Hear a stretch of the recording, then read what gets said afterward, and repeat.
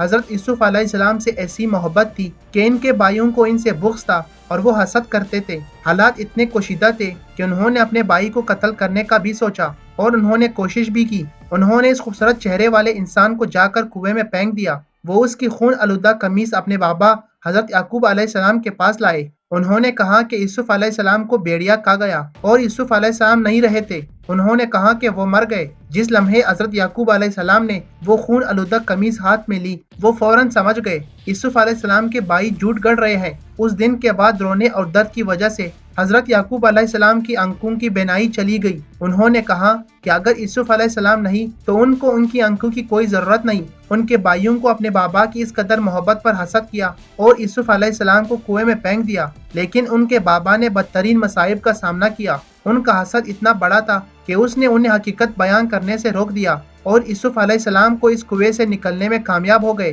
وہ غلام بن گئے، ان پر تہمت لگائی گئی، اسے ایک زندان میں قید کر دیا گیا، لیکن انہوں نے ہمیشہ یعقوب علیہ السلام کو اپنے دل میں زندہ رکھا۔ یوسف علیہ السلام زندان سے نکلے اور مصر کے والی بن گئے۔ ایک دن یوسف علیہ السلام کے بھائی جنہوں نے انہیں کنویں میں پھینک دیا ان کے پاس آئے۔ یوسف علیہ السلام نے انہیں پہچان لیا۔ انہوں نے ان سب کا سامنا کیا، لیکن انہوں نے ایک لمحے کے لیے بھی بھائیوں کو حقیر نہیں سمجھا۔ اس خوبصورت انسان کو بھائیوں کو حسد نے بہت سی پریشانیوں کا شکار کیا، لیکن آخرکار انہیں وہ مقام دینے والے وہ بھائی نہیں تھے، بلکہ یہ ان کا رب اور اللہ کی ذات تھی۔ اس سب کے بعد ان کے بھائیوں نے ان سے معافی مانگی۔ بھائیوں نے اللہ کو گواہ بنا کر کہا کہ اللہ نے تمہیں ہم پر فضیلت بخشی ہے اور غلطیوں میں گرے ہوئے ہم ہی تھے۔ وہ یوسف علیہ السلام کی پیغمبری پر ایمان لے آئے۔ حضرت یوسف علیہ السلام نے سب سے بڑی رحیم ذات کی پناہ لی اور اپنے بھائیوں پر رحم کیا۔ انہوں نے سب کو معاف کر دیا۔ وہ جانتے تھے کہ جو بھی ہوتا ہے اللہ کے حکم سے ہوتا ہے۔ انہوں نے کسی کو برا نہیں سمجھا اور صبر کیا۔ انہوں نے خوبصورت انداز میں صبر کیا۔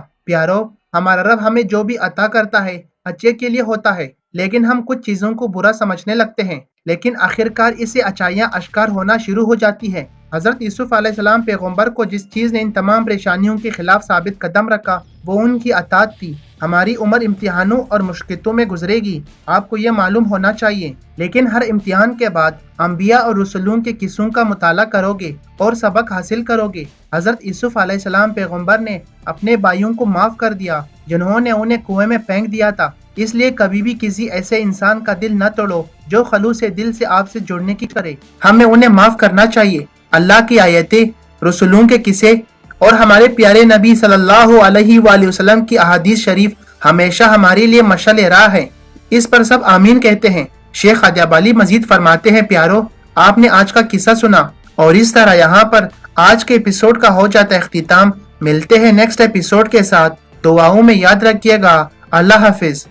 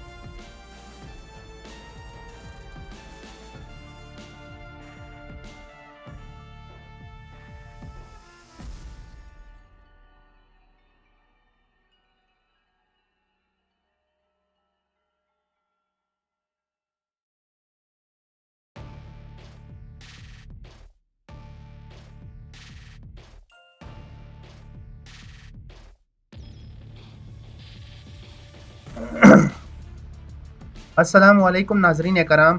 اس ایپیسوڈ کے آغاز میں آپ دیکھیں گے ہمیں عثمان صاحب کو دکھایا جاتا ہے جو کہ اپنے بیٹے علاؤالدین کے ساتھ جو کہ اپنے چھوٹے بیٹے علاؤالدین کے ساتھ موجود تھے اور علاؤالدین شدید زخمی تھا اور عثمان صاحب اپنے بیٹے کو پیار کر رہے تھے۔ اسی دوران علاؤالدین سو رہا تھا تو عثمان صاحب کہتے ہیں، میرے بہادر بیٹے، میرے لیے تم بہت قیمتی ہو۔ بابا کا دل بہت بڑا ہوتا ہے، اس میں بچوں کے لیے کافی جگہ ہوتی ہے۔ میرے بہادر بیٹے،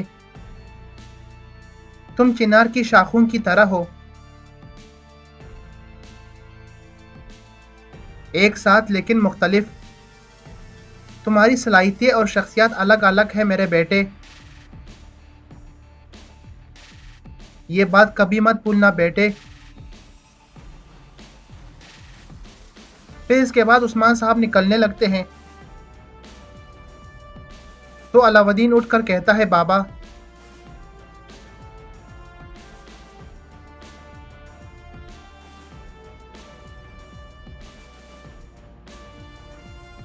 میں نے سب سنا بابا۔ عثمان صاحب کہتے ہیں اگر مجھے لگتا تم نہیں سن رہے تو میں یہ کبھی نہ کہتا بیٹا۔ میں جانتا تھا کہ تم جاگ رہے ہو اور مجھے سن رہے ہو۔ پھر اس کے بعد علاؤدین بستر سے اٹھ جاتے ہیں۔ علاؤدین پوچھتے ہیں آپ کہاں جا رہے ہیں بابا؟ عثمان صاحب کہتے ہیں میں کفار کی طرف جا رہا ہوں، تمہارے لیے ایک مضبوط گھر بنانے کے لیے، لیکن اس ریاست کی حفاظت تمہاری ذمہ داری ہے علاؤدین۔ کمزور ہو کر اپنا آپ مت دیکھو، کمزور رہ کر اپنے آپ کو مت کھو دو۔ اٹھ جاؤ علاؤدین اور صبر کرو، صبر سے سلامتی آئے گی میرے بیٹے، صبر سے ایک ابدی ریاست ملے گی۔ اس ریاست سے تم پورے جہاں پر حکومت کرو گے میرے بیٹے۔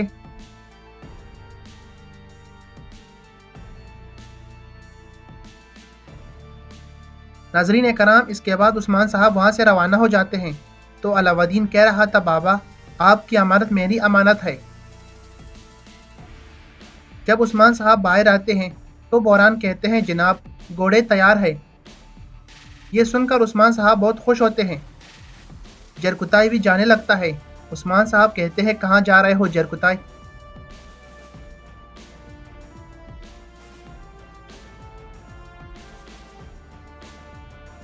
اس پر جرکتائی کہتا ہے جی ہاں جناب۔ یہ سن کر عثمان صاحب بہت حیران ہو جاتے ہیں تو بحران کہتا ہے جناب وہ سن نہیں سکتا۔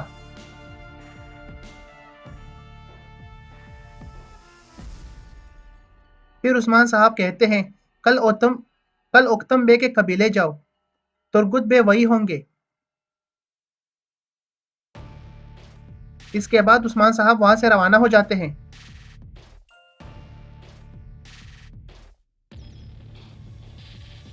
ناظرین کرام، اس کے بعد رات کا وقت ہو جاتا ہے۔ ہمیں اوکتم قبیلے کا منظر سامنے آتا ہے جہاں پر اوکتم صاحب بینگے خاتون اور الجیجک خاتون کے ساتھ کھانا کھا رہے تھے۔ اسی دوران اوکتم صاحب کہتے ہیں اللہ کسی کو ایسی آزمائش میں نہ ڈالے، بہتان لگنا کتنا مشکل ہے۔ بینگے خاتون کہتی ہے انہوں نے ہمارا سکون تباہ کر دیا، وہ ہمارا وقت مشکل بنا رہے ہیں اوکتم صاحب۔ تاہم مایوسی کسی چیز کا حل نہیں۔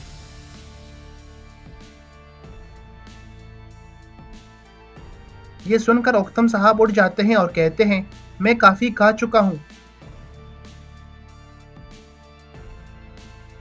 بینگے خاتون الجیجک سے کہتی ہے اس سب کا سبب عثمان صاحب ہے بیٹی، وہ جس ریاست کی بات کر رہے ہیں ہم اس کی قیمت چکا رہے ہیں، البتہ اس کا اختتام اچھا نہیں ہوگا بیٹی۔ مجھے عثمان صاحب پر بالکل بھروسہ نہیں ہے، وہ کفار سے اتحاد کر رہا ہے،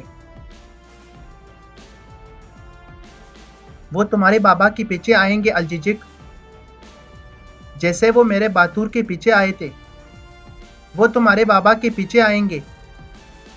اس پر الجیجک خاتون جواباً کہتی ہیں والدہ اگر ہم غلط ہوئے، اگر عثمان بے پر اعتماد درست فیصلہ ہوا تو آپ جانتی ہے کیا ہوگا، بابا ہمیشہ یہی بات کرتے ہیں، انہوں نے ہماری کافی مدد کی ہے، اب وہ بابا کو شعلوں میں کیوں پھینکیں گے؟ یہ سن کر بینگے خاتون بہت غصہ ہو جاتی ہے اور کہتی ہے الجیجک جس وجہ سے باتور کو شعلوں میں پھینکا، کیا تمہیں لگتا ہے وہ اب شہنشاہ کے خلاف کھڑا ہوگا؟ وہ تمہارے بابا کا ساتھ دے گا کیا؟ جن حالات سے ہم گزر رہے ہیں کیا صرف میں ہی مشاہدہ کر رہی ہوں بیٹی؟ تم اب بھی اس پر اعتماد کیسے کر سکتی ہو الجیجک؟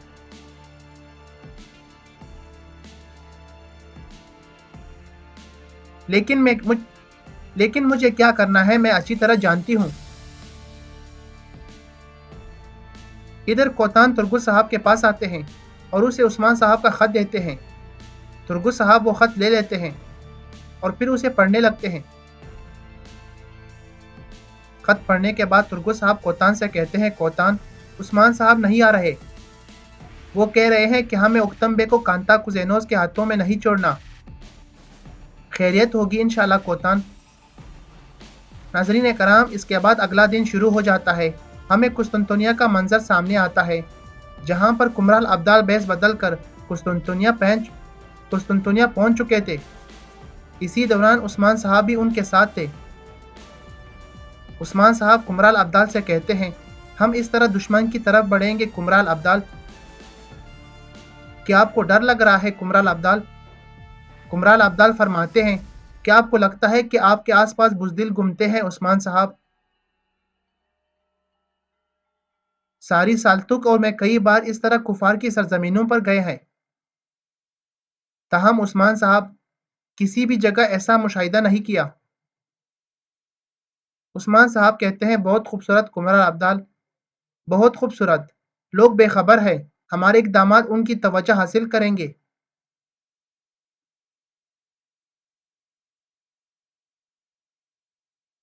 اس کے بعد وہ دونوں اغار کے اندر چلے جاتے ہیں۔ اس کے بعد عینی شہر کا منظر سامنے آتا ہے، جہاں پر درسن فقی شیخ ادیابالی سے فرماتے ہیں، حالات سخت ہے میرے شیخ، انسان نفس اور شیطان کا اسیر بن چکا ہے۔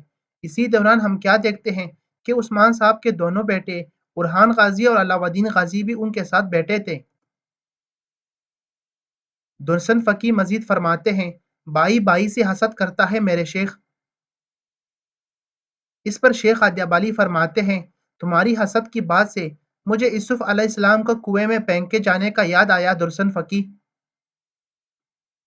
درسن فقی فرماتے ہیں، حسد نے اس خوبصورت نبی کو نہیں چھوڑا، ہم کیا چیز ہے میرے شیخ؟ یہ سن کر شیخ ادیابالی کہتے ہیں، یوسف علیہ السلام کے بھائیوں کو شیطان نے بہکایا، بہت بری طرح بہکایا گیا درسن فقی۔ حضرت یعقوب علیہ السلام کو حضرت یوسف علیہ السلام سے ایسی محبت تھی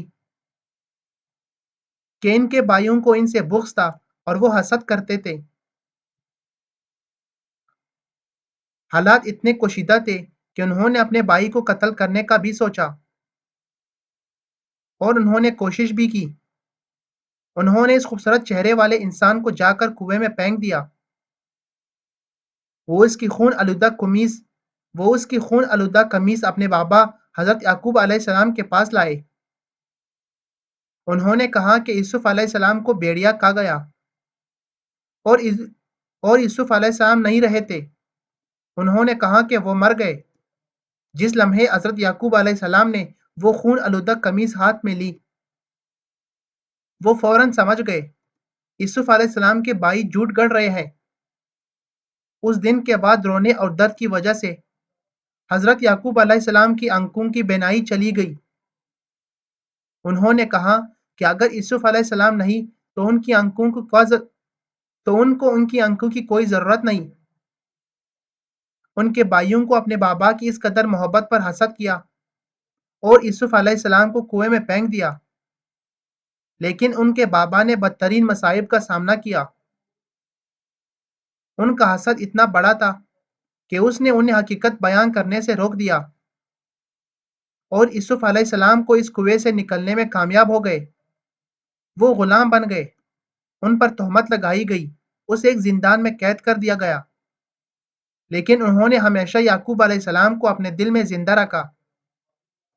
یوسف علیہ السلام زندان سے نکلے اور مصر کے والی بن گئے۔ ایک دن یوسف علیہ السلام کے بھائی جنہوں نے انہیں کنویں میں پھینک دیا ان کے پاس آئے۔ یوسف علیہ السلام نے انہیں پہچان لیا۔ انہوں نے ان سب کا سامنا کیا، لیکن انہوں نے ایک لمحے کے لیے بھی بھائیوں کو حقیر نہیں سمجھا۔ اس خوبصورت انسان کو بھائیوں کو حسد نے بہت سی پریشانیوں کا شکار کیا، لیکن آخرکار انہیں وہ مقام دینے والے وہ بھائی نہیں تھے، بلکہ یہ ان کا رب اور اللہ کی ذات تھی۔ اس سب کے بعد ان کے بھائیوں نے ان سے معافی مانگی۔ بھائیوں نے اللہ کو گواہ بنا کر کہا کہ اللہ نے تمہیں ہم پر فضیلت بخشی ہے۔ اور غلطیوں میں گرے ہوئے ہم ہی تھے۔ وہ یوسف علیہ السلام کی پیغمبری پر ایمان لے آئے۔ حضرت یوسف علیہ السلام نے سب سے بڑی رحیم ذات کی پناہ لی اور اپنے بھائیوں پر رحم کیا۔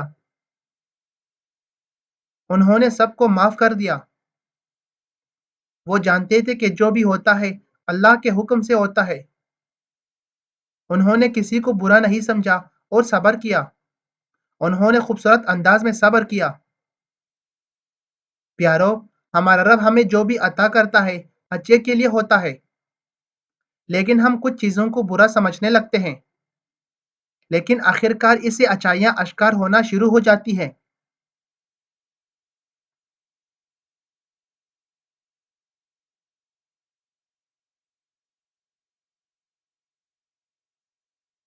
حضرت یوسف علیہ السلام پیغمبر کو جس چیز نے ان تمام پریشانیوں کے خلاف ثابت قدم رکھا وہ ان کی اطاعت تھی۔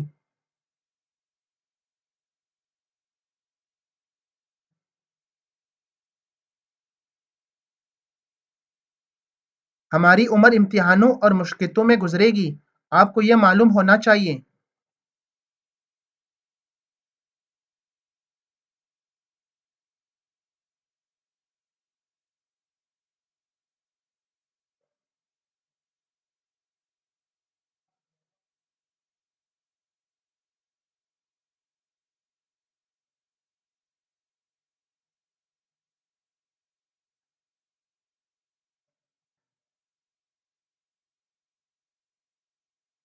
لیکن ہر امتحان کے بعد انبیاء اور رسولوں کے قصوں کا مطالعہ کرو گے اور سبق حاصل کرو گے۔ حضرت یوسف علیہ السلام پیغمبر نے اپنے بھائیوں کو معاف کر دیا جنہوں نے انہیں کنویں میں پھینک دیا تھا۔ اس لیے کبھی بھی کسی ایسے انسان کا دل نہ توڑو جو خلوص دل سے آپ سے جڑنے کی کرے۔ ہمیں انہیں معاف کرنا چاہیے۔ اللہ کی آیتیں، رسولوں کے قصے اور ہمارے پیارے نبی صلی اللہ علیہ وآلہ وسلم کی احادیث شریف ہمیشہ ہمارے لیے مشعل راہ ہے۔ اس پر سب آمین کہتے ہیں۔ شیخ ادیب علی مزید فرماتے ہیں، پیارو، آپ نے آج کا قصہ سنا۔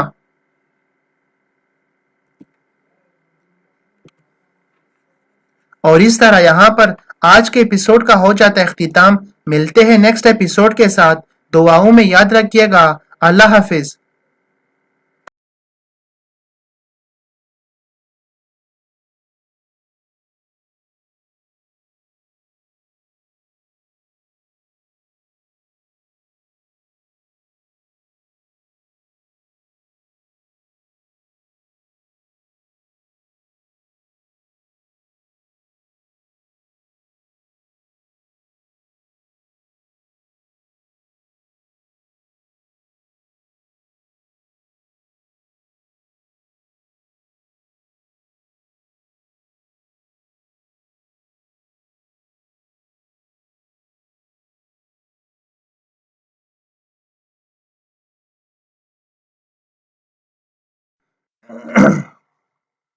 السلام علیکم ناظرین کرام۔ اس ایپیسوڈ کے آغاز میں آپ دیکھیں گے ہمیں عثمان صاحب کو دکھایا جاتا ہے جو کہ اپنے بیٹے علاؤالدین کے ساتھ جو کہ اپنے چھوٹے بیٹے علاؤالدین کے ساتھ موجود تھے، اور علاؤالدین شدید زخمی تھا اور عثمان صاحب اپنے بیٹے کو پیار کر رہے تھے۔ اسی دوران علاؤالدین سو رہا تھا تو عثمان صاحب کہتے ہیں، میرے بہادر بیٹے، میرے لیے تم بہت قیمتی ہو۔ بابا کا دل بہت بڑا ہوتا ہے، اس میں بچوں کے لیے کافی جگہ ہوتی ہے۔ میرے بہادر بیٹے، تم چنار کی شاخوں کی طرح ہو، ایک ساتھ لیکن مختلف۔ تمہاری صلاحیتیں اور شخصیت الگ الگ ہے میرے بیٹے، یہ بات کبھی مت بھولنا بیٹے۔ پھر اس کے بعد عثمان صاحب نکلنے لگتے ہیں تو علاؤالدین اٹھ کر کہتا ہے، بابا،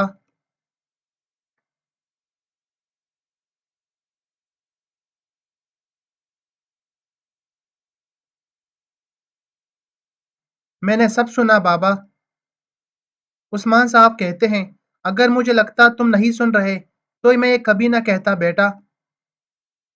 میں جانتا تھا کہ تم جاگ رہے ہو اور مجھے سن رہے ہو۔ پھر اس کے بعد علاؤدین بستر سے اٹھ جاتے ہیں۔ علاؤدین پوچھتے ہیں آپ کہاں جا رہے ہیں بابا؟ عثمان صاحب کہتے ہیں میں کفار کی طرف جا رہا ہوں، تمہارے لیے ایک مضبوط گھر بنانے کے لیے، لیکن اس ریاست کی حفاظت تمہاری ذمہ داری ہے علاؤدین۔ کمزور ہو کر اپنا آپ مت دیکھو، کمزور رہ کر اپنے آپ کو مت کھو دو۔ اٹھ جاؤ علاؤدین اور صبر کرو، صبر سے سلامتی آئے گی میرے بیٹے، صبر سے ایک ابدی ریاست ملے گی۔ اس ریاست سے تم پورے جہاں پر حکومت کرو کہ میرے بیٹے۔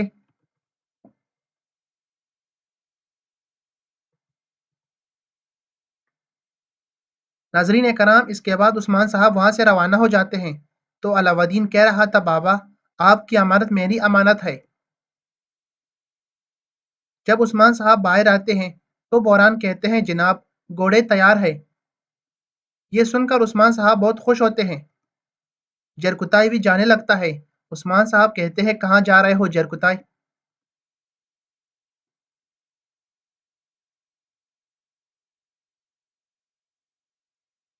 اس پر جرکتائی کہتا ہے جی ہاں جناب۔ یہ سن کر عثمان صاحب بہت حیران ہو جاتے ہیں تو بحران کہتا ہے جناب وہ سن نہیں سکتا۔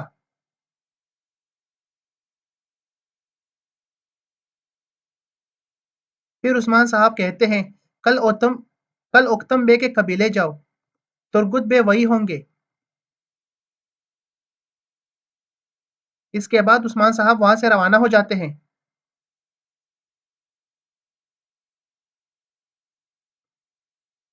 ناظرین کرام، اس کے بعد رات کا وقت ہو جاتا ہے۔ ہمیں اوکتم قبیلے کا منظر سامنے آتا ہے جہاں پر اوکتم صاحب بینگے خاتون اور الججک خاتون کے ساتھ کھانا کھا رہے تھے۔ اسی دوران اوکتم صاحب کہتے ہیں اللہ کسی کو ایسی آزمائش میں نہ ڈالے، بہتان لگنا کتنا مشکل ہے۔ بینگے خاتون کہتی ہے انہوں نے ہمارا سکون تباہ کر دیا، وہ ہمارا وقت مشکل بنا رہے ہیں اوکتم صاحب۔ تاہم مایوسی کسی چیز کا حل نہیں۔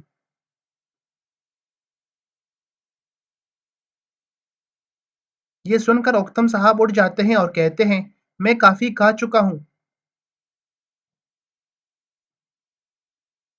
بینگے خاتون الججک سے کہتی ہے اس سب کا سبب عثمان صاحب ہے بیٹی، وہ جس ریاست کی بات کر رہے ہیں ہم اس کی قیمت چکا رہے ہیں، البتہ اس کا اختتام اچھا نہیں ہوگا بیٹی۔ مجھے عثمان صاحب پر بالکل بھروسہ نہیں ہے، وہ کفار سے اتحاد کر رہا ہے، وہ تمہارے بابا کے پیچھے آئیں گے الججک، جیسے وہ میرے باتور کے پیچھے آئے تھے، وہ تمہارے بابا کے پیچھے آئیں گے۔ اس پر الججک خاتون جواباً کہتی ہیں والدہ اگر ہم غلط ہوئے، اگر عثمان بے پر اعتماد درست فیصلہ ہوا تو آپ جانتی ہے کیا ہوگا، بابا ہمیشہ یہی بات کرتے ہیں، انہوں نے ہماری کافی مدد کی ہے، اب وہ بابا کو شولو میں کیوں پھینکیں گے؟ یہ سن کر بینگے خاتون بہت غصہ ہو جاتی ہے اور کہتی ہے الججک جس وجہ سے باتور کو شولو میں پھینکا،